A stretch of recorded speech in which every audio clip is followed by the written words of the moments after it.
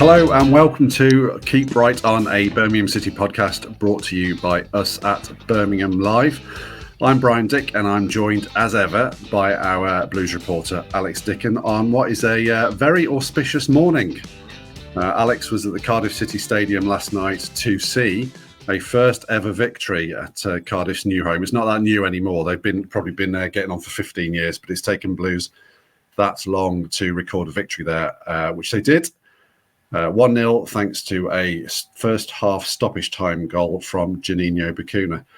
Hi Alex, how are you doing? I'm doing really well, Brian, after last night. It was so good to see Blues finally put in that 90-minute performance. Very, very good, really, from start to finish. There were a few blips first half when Cardiff had a little spell of pressure. But what amazed me most, or impressed me most, I should say, rather, and I'm sure we'll come on to it in greater depth later, is just how comfortably Blues saw that game out. I don't think Cardiff ever really looked like getting back into it and creating a clear goal scoring chance. So it was the benchmark, I suppose we should say, of what Wayne Rooney should be looking for going forward.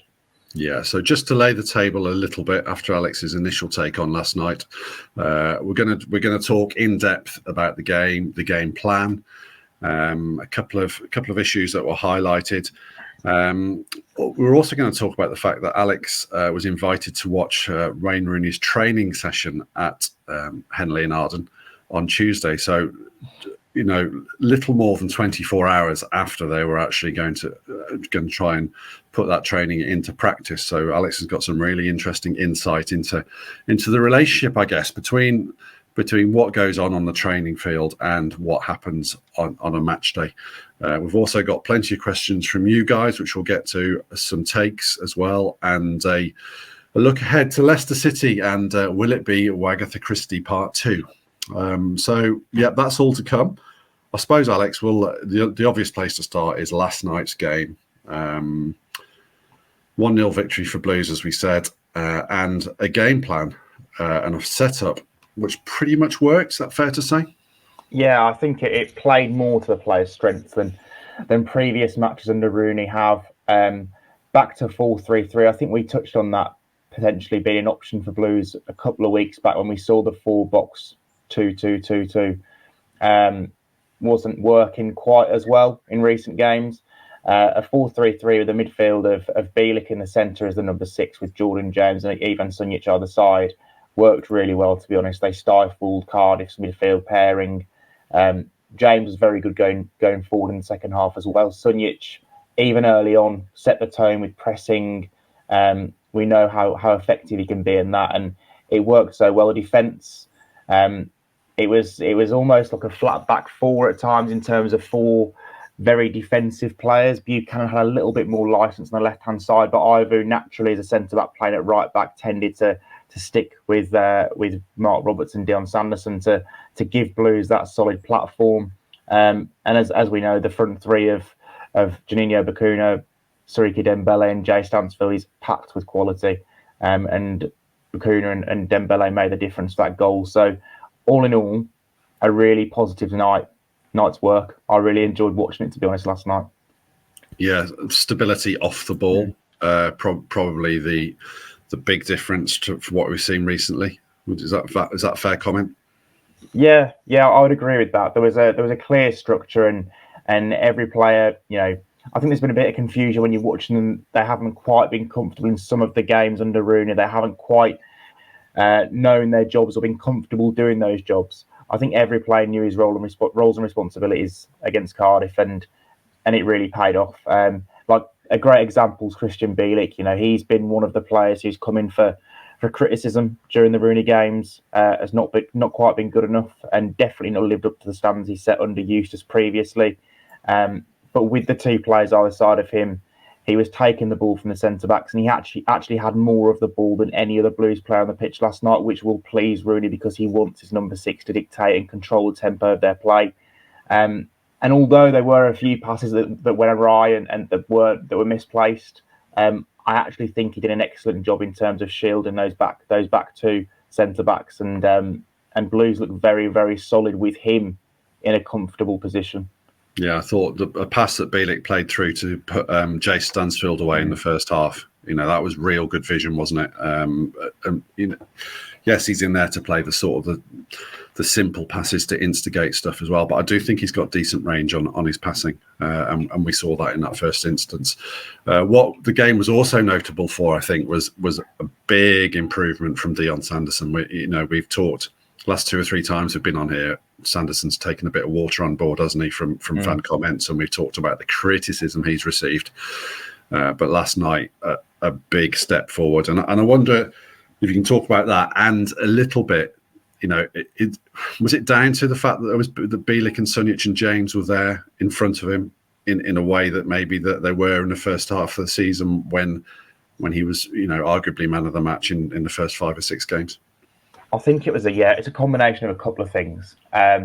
Obviously, Sunjic and Bielik give him the extra protection that he was obviously used to in those first 11 games, and obviously worked so well. Another thing for me was having Mark Roberts back in the team. Roberts in my eyes is quite similar to Kevin Long in that he's a very much a head it and kick it merchant. Without wanting to be disrespectful, because he played quite well last night on the ball as well. But Roberts very solid alongside Sanderson, dominates in the air, knows the job. Sanderson isn't having to, as he was a little bit with Ivor, he's not having to coach a player next to him or kind of cover a player next to him quite often. And he works really well. It was a much improved performance from him.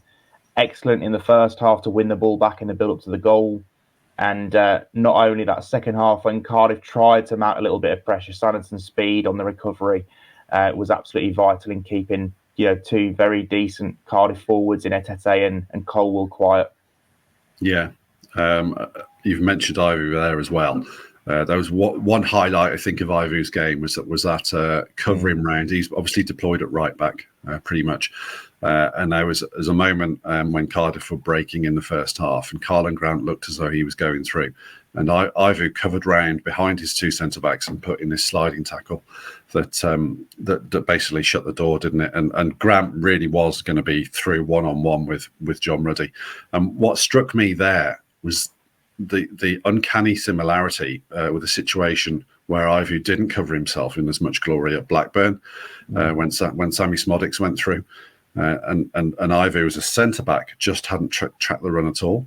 But yeah, that for me was probably the highlight of Ivu's performance. Heaven knows he should have made it 2-0 with a chance in the second half. But what were your thoughts about how Ivu played, and is he an option at right back going forward? Obviously, Blues have got fitness issues there at the moment. Yeah, he's going to have to be the option at right back going forward. I liked that tackle was clearly a centre back playing at right back who appreciated the danger in the centre of defence. Sometimes the modern fullback they're very focused on going forward and kind of leave the centre backs exposed, but Ivu was very aware of the danger that was happening, and it was a brilliant tackle on the cover. And I loved the celebration afterwards as well.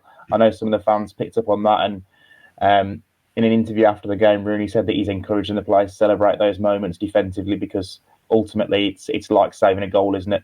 It was a good moment. I think he did it again actually at one point in the second half, and he was very, very pumped up for it at Cardiff. And for me, it was by far his best performance of Blues to date. I think he actually, he might have benefited even from the slight change of position, because when he's in the centre, one mistake will often lead to a goal. There's probably a little bit more leniency at right back. It's not as much a pressure position, is it? So he played really well, and long may it continue. Yeah, indeed. Good to see. Hopefully he'll get some confidence. But listen, I'm sure he does see himself as a long term as a centre back.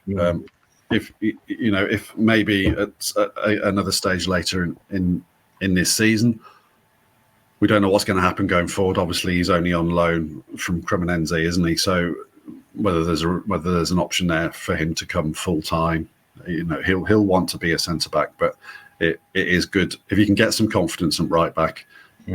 When he does make the transition back into the middle, then hopefully he'll do so, with a bit more belief and a bit more championship experience. Because it's only fair to say that he was thrown into into a difficult situation after a change of management because he hadn't had a look in under John Eustace, and everything around him was sort of wobbling, wasn't it? So yeah, it's a nice, hopefully a nice little platform for Ivory to get back into things.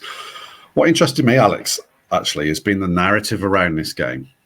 Now, without going over to old ground too much, it was very much style and quality of performance were very much on the agenda when Wayne Rooney first took over from John Eustace. And I'm not going to use the old tired old epithet that Gary Cook gave Rooney's style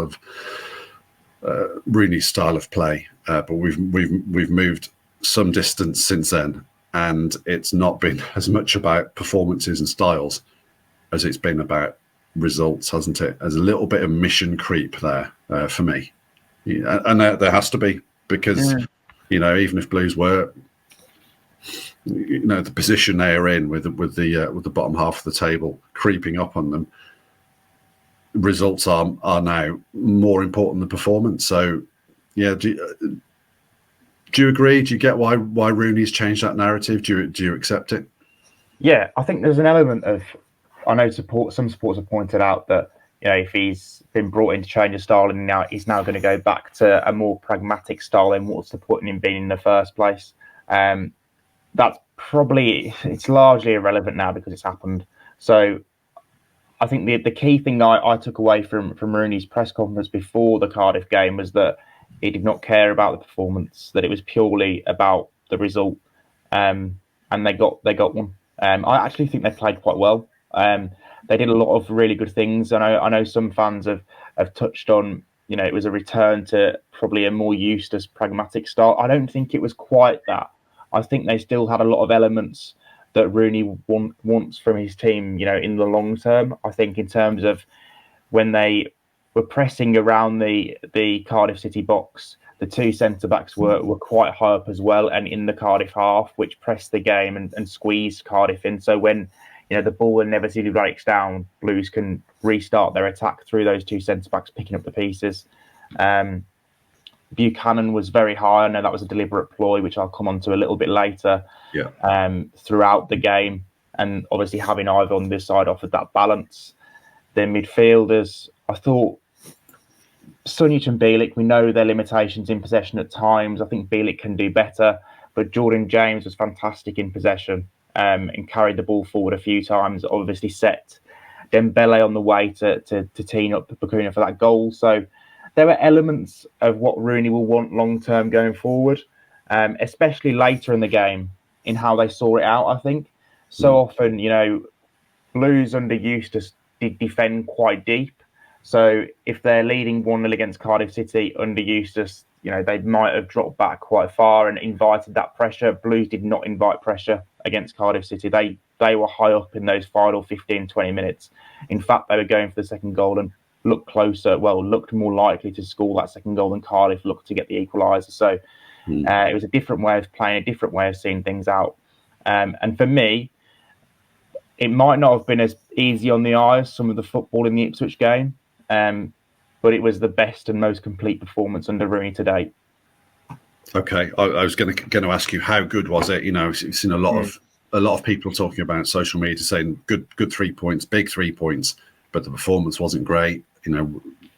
Just talk me through the two sides of the performance. How good was the performance with the ball and without the ball?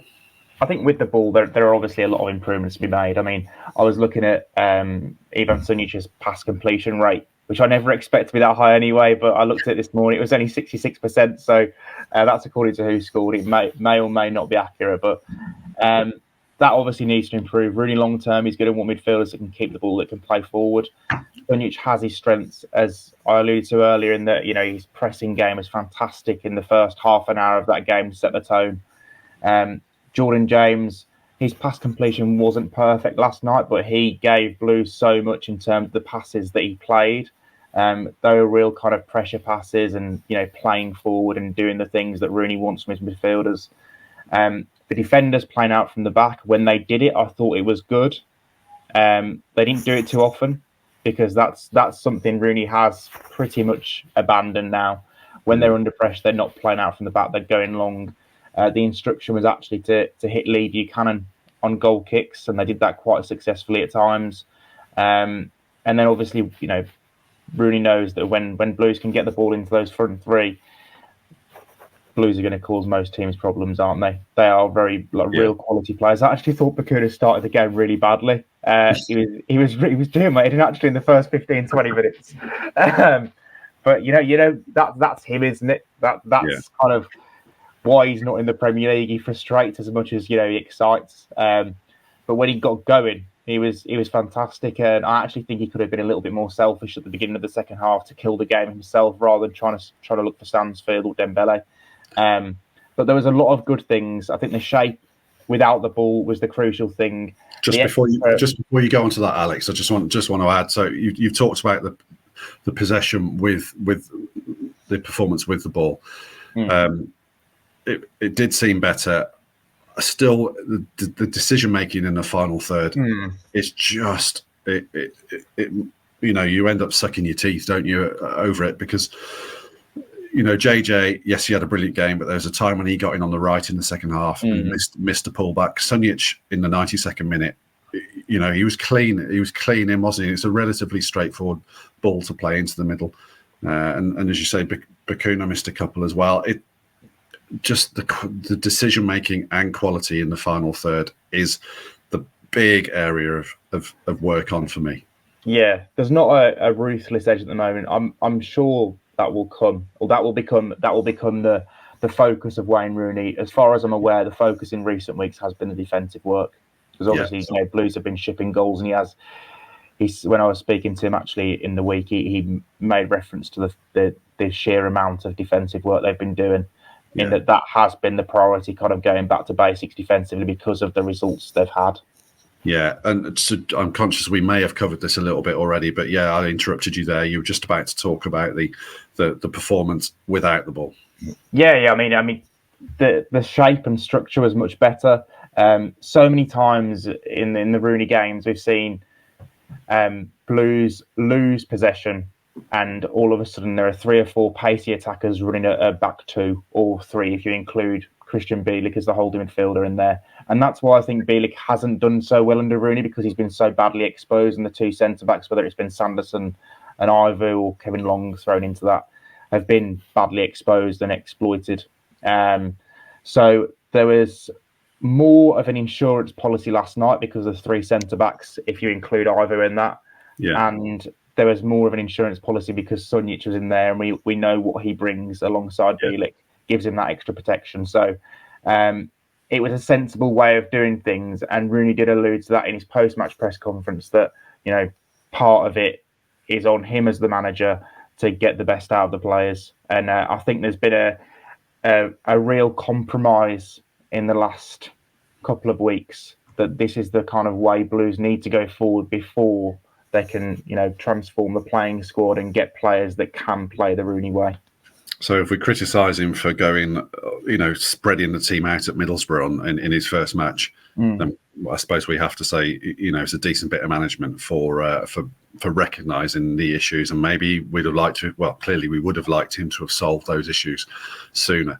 But if this is the blueprint and the sort of the standard going forward, then well done to Wayne Rooney, I guess. Yeah, no, I would agree.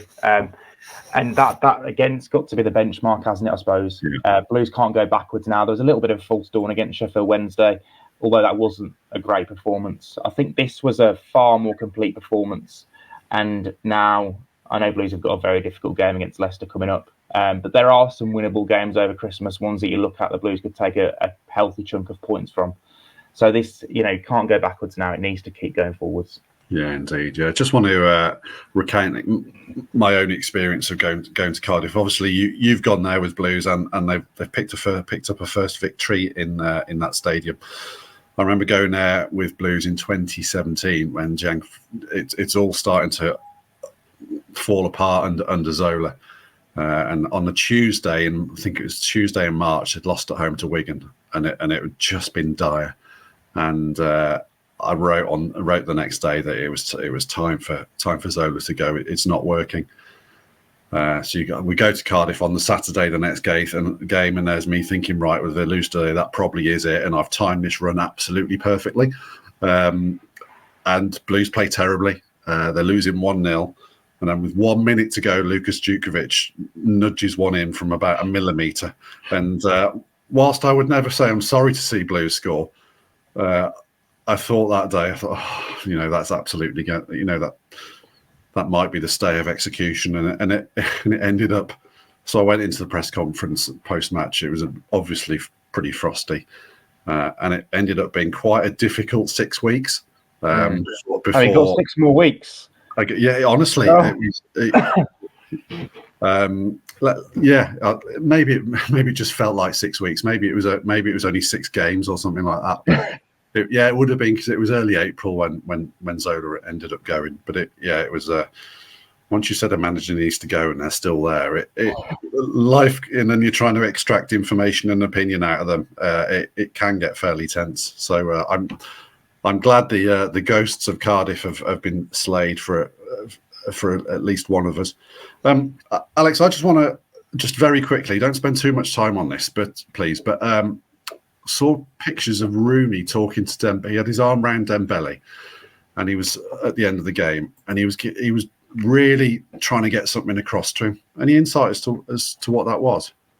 I'm going to take a punt here. So Dembele played on the right wing against Cardiff. He's not particularly fond of playing on the right wing. Rooney actually acknowledged this in his post-match press conference. Right. I remember interviewing Dembele after the friendly at Peterborough in the summer, and we were just talking about his position and where he likes to play. And then he pretty much said exclusively on the left. He said when it was suggested that maybe he could play on the right, he pretty much shut it down.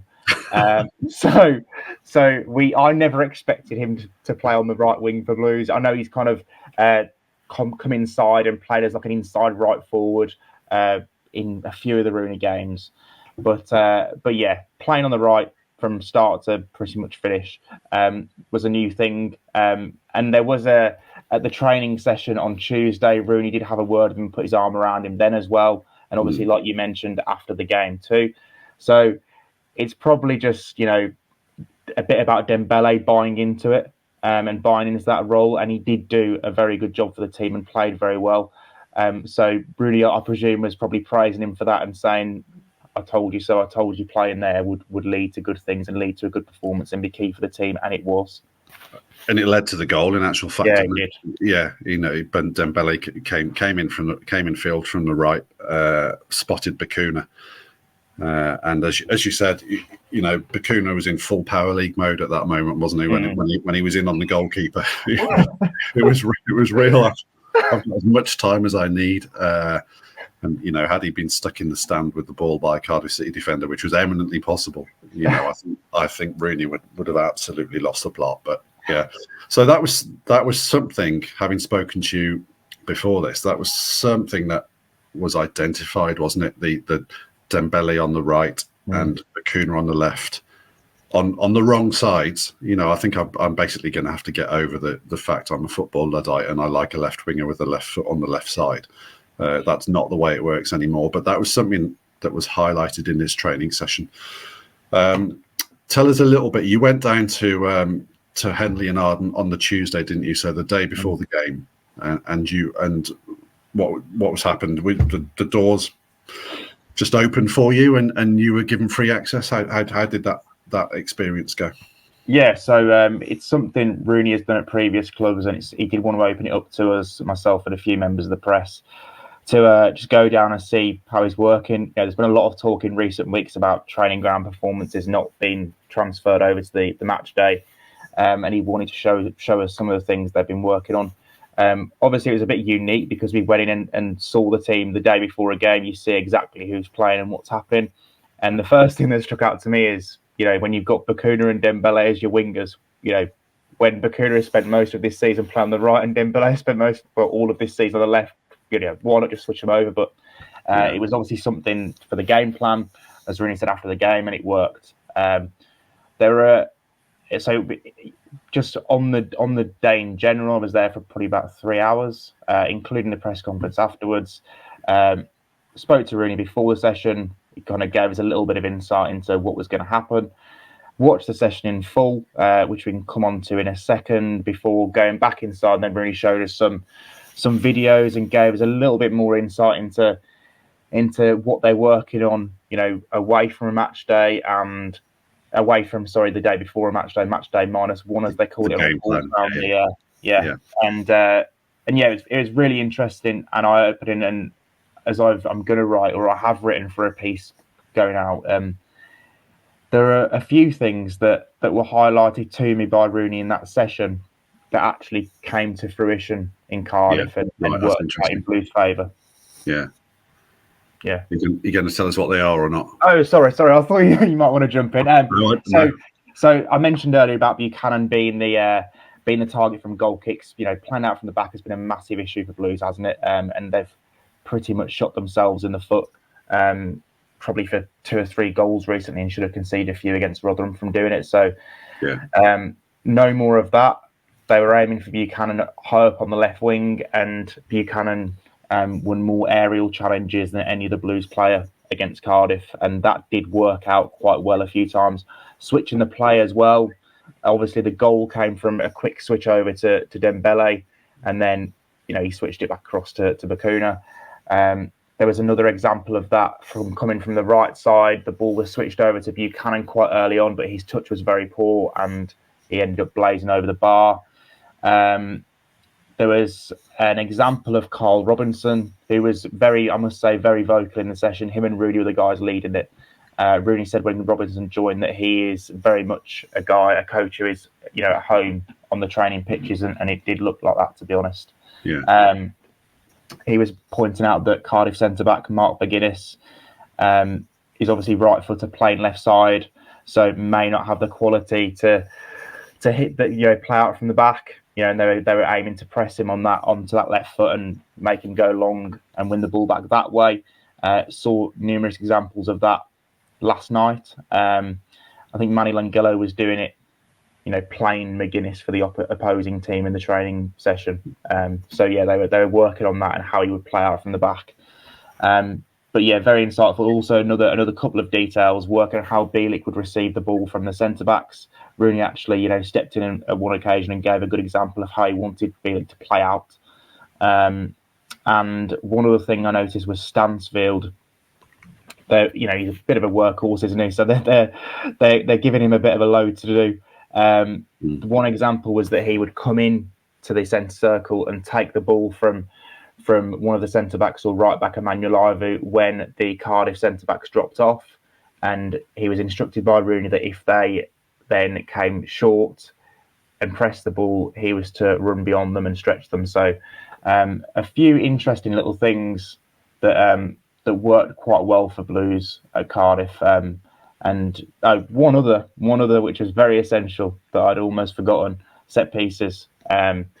Rooney has given Ashley Cole free rein to lead on set pieces recently, and he was assisted by John O'Shea. They had 15-20 minutes after the main shape session had been concluded, and Rooney came over and made the point that Cardiff are the best team in the league in terms of first contact on attacking set pieces. And we saw a couple of examples of that in the first half where Blues weren't quite up to speed with it, but they obviously rectified that at half-time. And Mark Roberts and Christian Bielik, to be fair to that pair, they really took charge and were dominant aerially on Cardiff set piece in the second half. And also John Ruddy, as we know, is a very commanding goalkeeper. So there were some positives, and it was nice to actually see what the plan was going to be and see executed the following day, because we don't normally get that level of insight.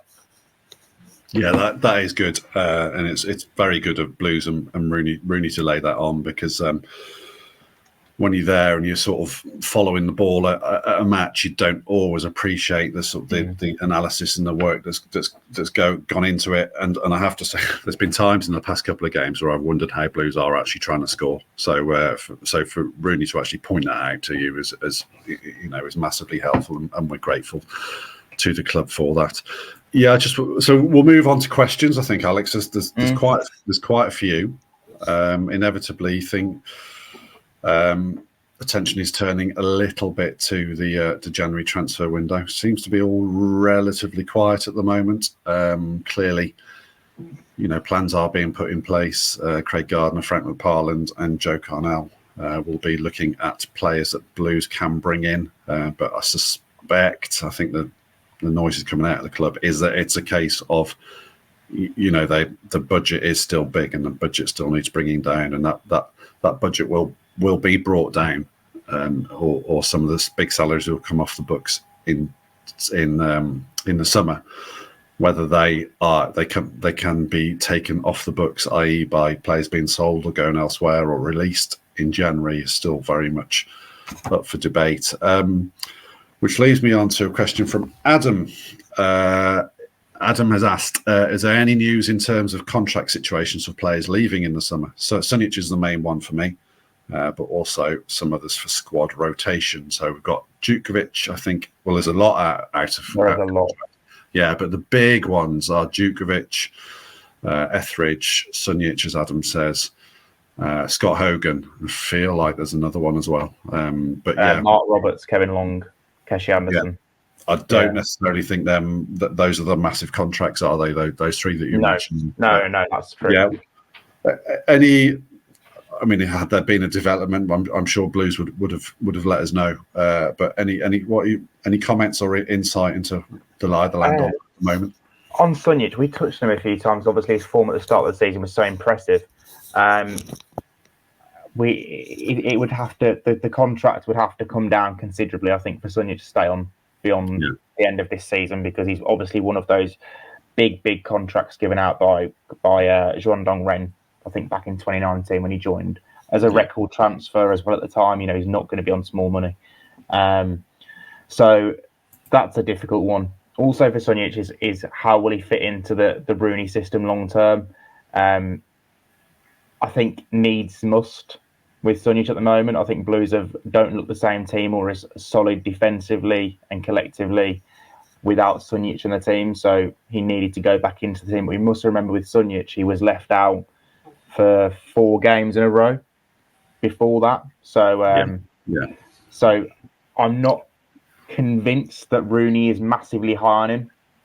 So I think with Sunic it's going to be a case of kind of seeing how it develops. But I'd be surprised if he sticks around beyond the end of the season. That's my own opinion. Nothing really I'm going on with that, just my opinion. Yeah, I think if you're trying to build a side that plays through the thirds, and you're having a guy who's not necessarily his main strength, you probably don't want to be paying him that much, do you? If he's only going to be a bit part player and a horse for a particular course when you need a good press or to scrap and close out a game or something like that. So I can see all of that. There has been some speculation in the press about Scott Hogan potentially going to Sheffield Wednesday in January. Thoughts about that? Feels a little bit agent driven to me. What do you think? Yeah, Scott Hogan's only got 6 months left in his contract, hasn't he? So at this point, I think it's probably quite clear that he's not going to have a long-term future at Blues. Agents perfectly within their rights to start looking at other options elsewhere. Hogan isn't getting a look in, is he? He got off the bench against Coventry. He's barely been used by Rooney. He hasn't started a game since that first one at Middlesbrough.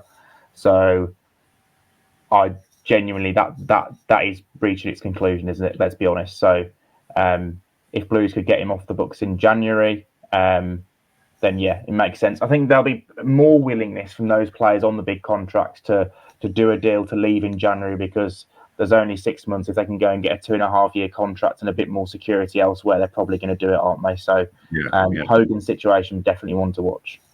Yeah, it's worth noting actually that these players that are out of contract in the summer can start talking to overseas clubs in January, can't they? Now, it doesn't necessarily mean to say they're going to move in January, but they can talk to, as I said, talk to clubs that are overseas or Scotland or somewhere.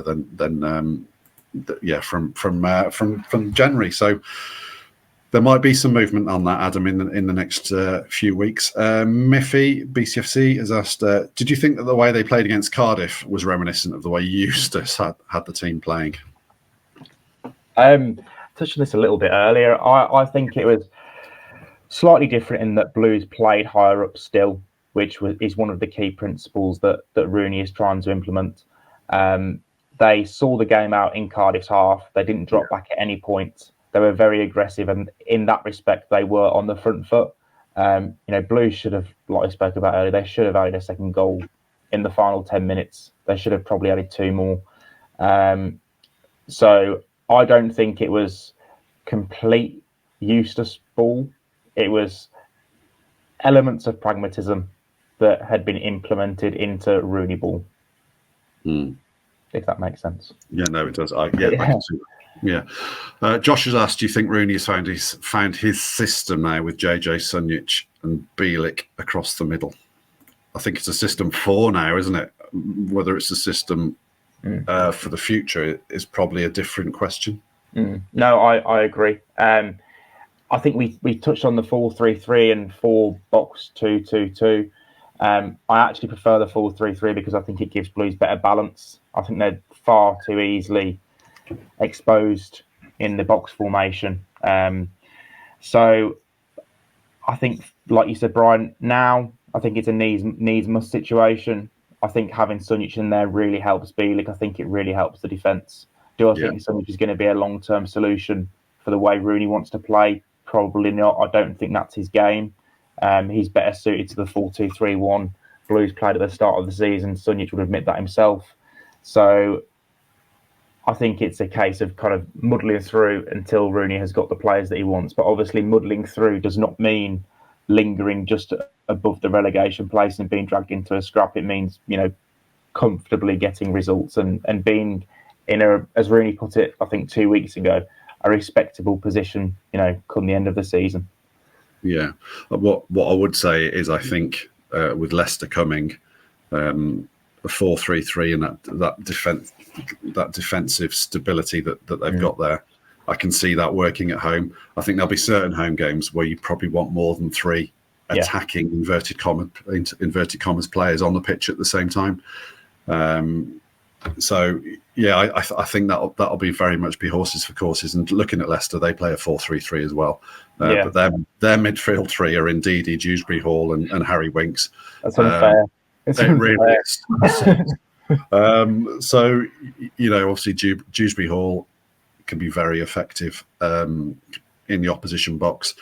Indeed, he put in a cross for the days for Patson Daka's goal last night. Just dinked it right on the touchline on the left, dinked it over the goalkeeper, and it basically dropped inside the back post, and Daka just had to come and blow it in, basically.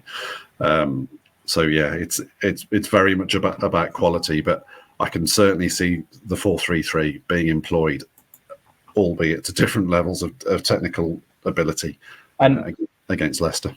And also, Brian, I mean, that 4-3-3 in a home game where Blues are playing a team they expect to have more possession against could become Bacuna in midfield with James and Bielik, and Miyoshi could come into the front 3, couldn't he? So it's flexible, but I do think 4-3-3 is a better base to work from.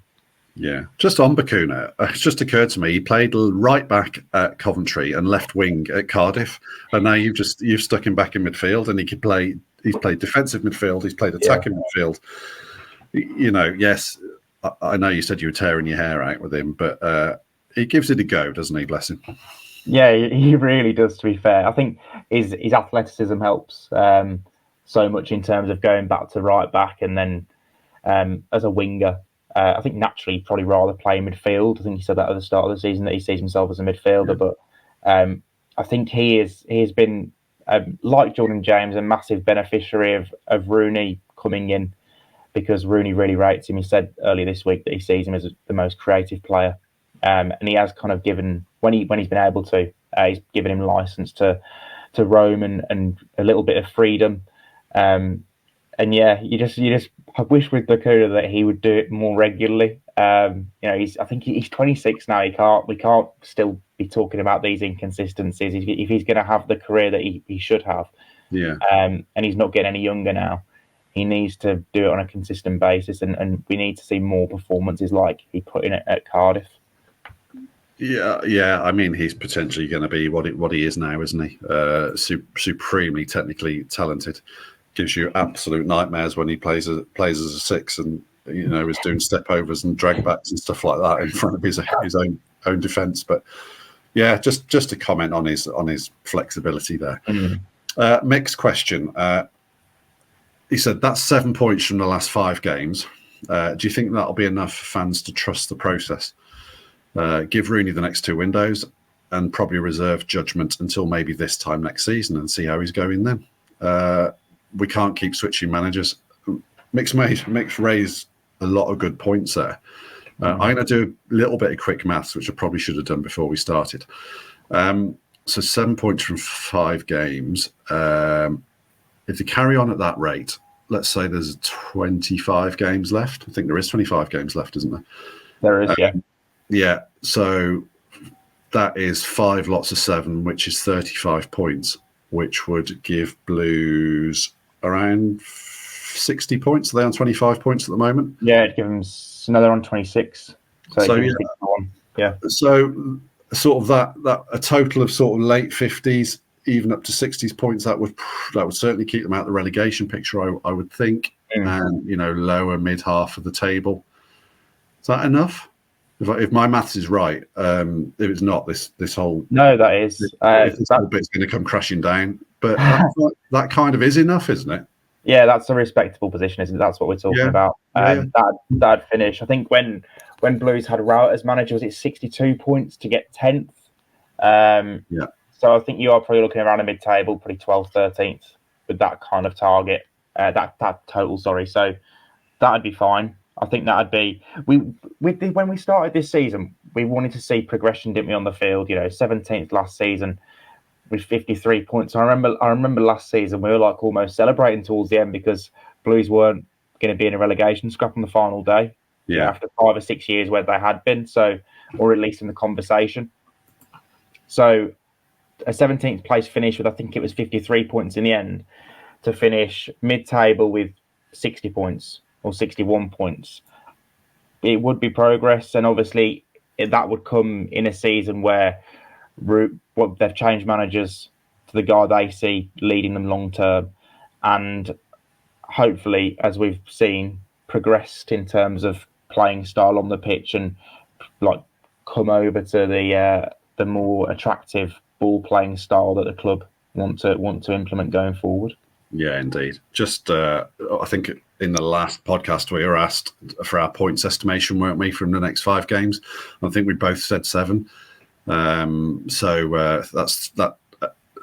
It felt a little bit optimistic, I will admit, but 3 at Cardiff certainly helps that. But yeah, if you want to offer me 14th, I can't believe I'm saying this again, because 2 months ago, all know what that shorthand for, and Blues are at 6. I was really looking forward to a top 10 finish. If you offer me 14th now and a sign of progress and a bit more unity and a plan going forward and some evolved tactics, I probably am taking that from this position now. Blue Nose, I think that's you don't pronounce it Blue Nose because it's spelled backwards. But I'm not even going to try that one.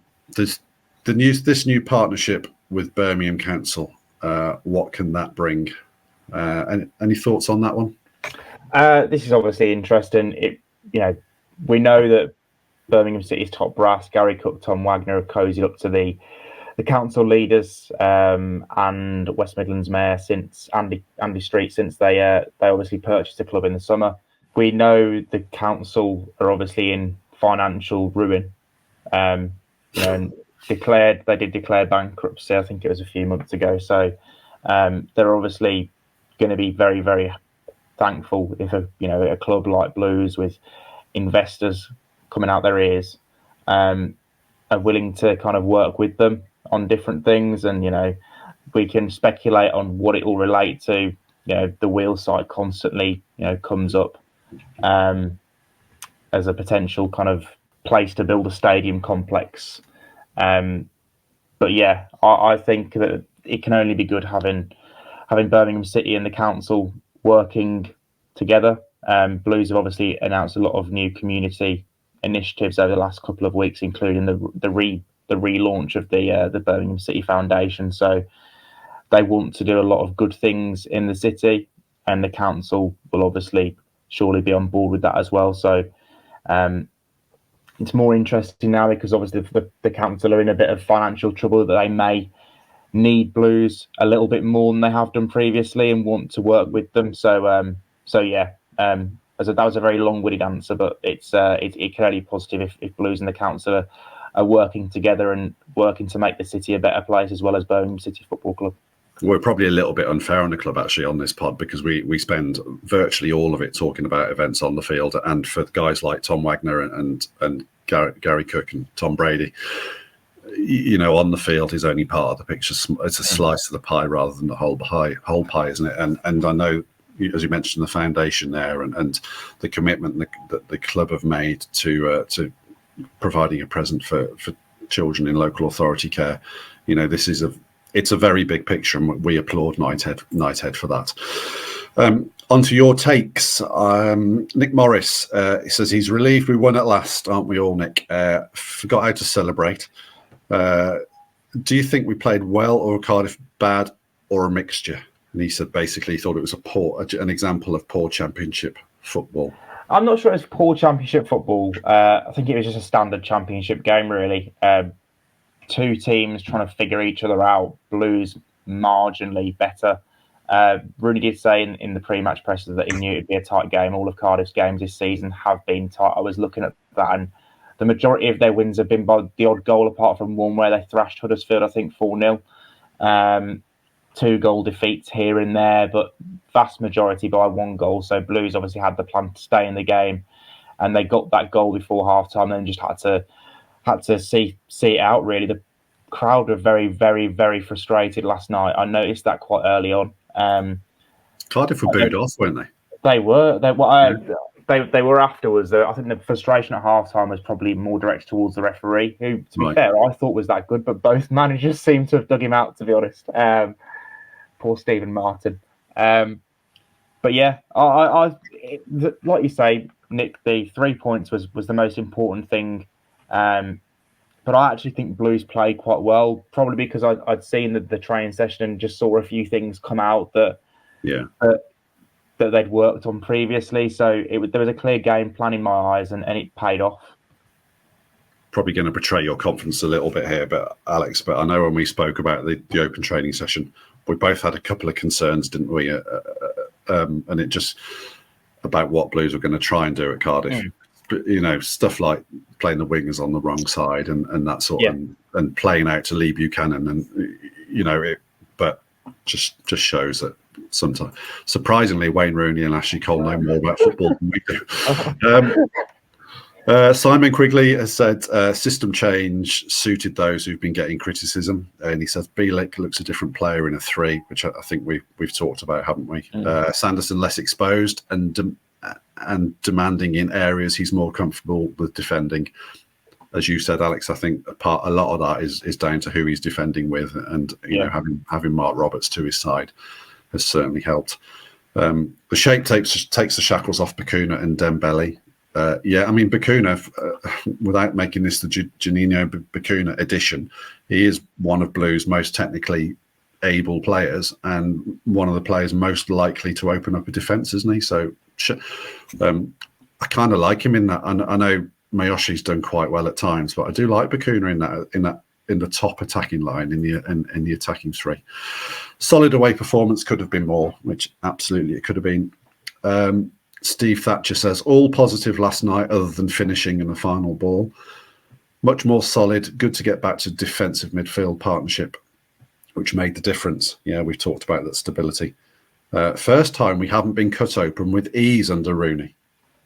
Agree with that? That is significant if you agree with that. Yeah, that's a formation thing, isn't it? I think in a lot of the games, I'm not sure in all of them. I think Sheffield Wednesday had a few moments, but I think Blues did control that game for the most part. First half they were a bit poor, but second half it was fairly comfortable. But last night I think the formation was the biggest thing, in the personnel. They were very, very solid and worked within a structure that they were comfortable with. And then, like you touched on, Bacuna and Dembele earlier, those two are outstanding individuals who can take any team at this level forward and up the pitch, and they did that and got a goal from it. So it was a nicely structured setup and a nice win for once. Indeed, yeah. And the final take, I think it's Localmist, says Roberts in back four is pretty solid and can pass out better than any of the centre backs we've tried. I went out on a limb a few weeks ago to say that Mark Roberts should be in the side, and I do feel a little bit of vindication, because I do think over the last 2 games he has helped bring some stability. I'm not going to portray him as Beckenbauer, one for the young, one for the teenagers. I'll do that, Brian. Give me a minute. Just yet, but I would say I think his long range passing can be quite effective.